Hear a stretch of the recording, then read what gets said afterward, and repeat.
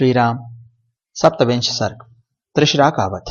खर को भगवान श्री राम के सम्मुख जाते देख सेनापति राक्षस त्रिशिरा तुरंत उसके पास आ पहुंचा और इस प्रकार बोला, राक्षस राज, मुझ पराक्रमी वीर को इस युद्ध में लगाइए और स्वयं इस साहसपूर्ण कार्य से अलग रहिए।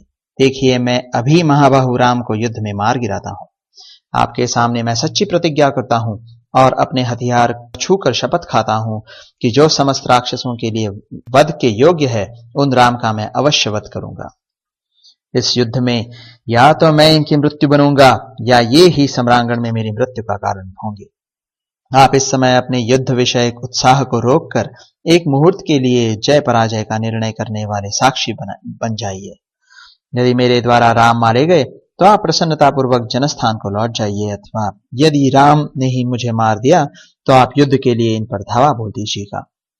भगवान के हाथ से मृत्यु का लोभ होने के कारण जब त्रिशिरा ने इस प्रकार खर को राजी किया, तब उसने आज्ञा दे दी, अच्छा जाओ युद्ध करो। आज्ञा पाकर वह श्री रामचंद्र जी की ओर चला।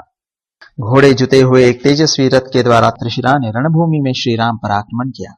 उस समय वह तीनों शिखरों वाले पर्वत के समान जान पड़ता था। उसने आते ही बड़े भारी मेघ की भांति बाण रूपी धाराओं की वर्षा प्रारंभ कर दी और वह जल से भीगे हुए नगाड़े की तरह विकट गर्जना करने लगा।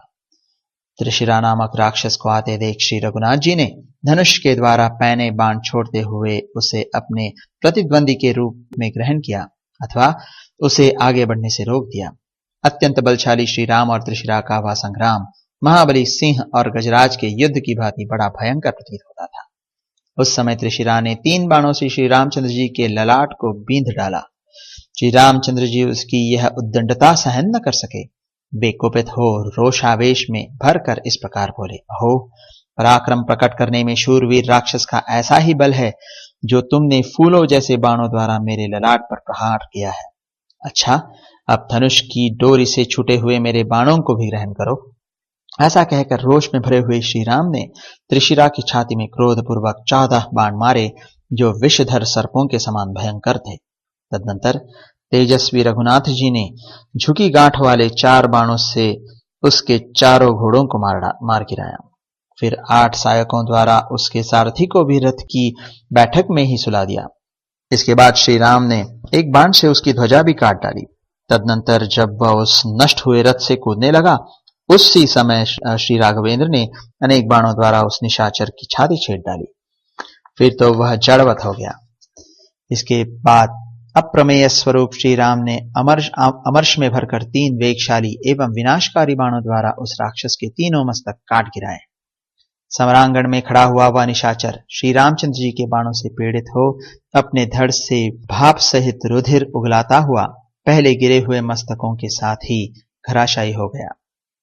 तत्पश्चात खर की सेवा में रहने वाले राक्षस जो मरने से बचे हुए थे भाग खड़े हुए। वे व्याघ्र से डरे हुए मृगों के समान भागते ही चले जाते थे, खड़े नहीं होते थे। उन्हें भागते देख रोष में भरे हुए खर ने तुरंत लौट आया और जैसे राहु चंद्रमा पर आक्रमण करता है उसी प्रकार उसने श्री राम पर ही धावा किया।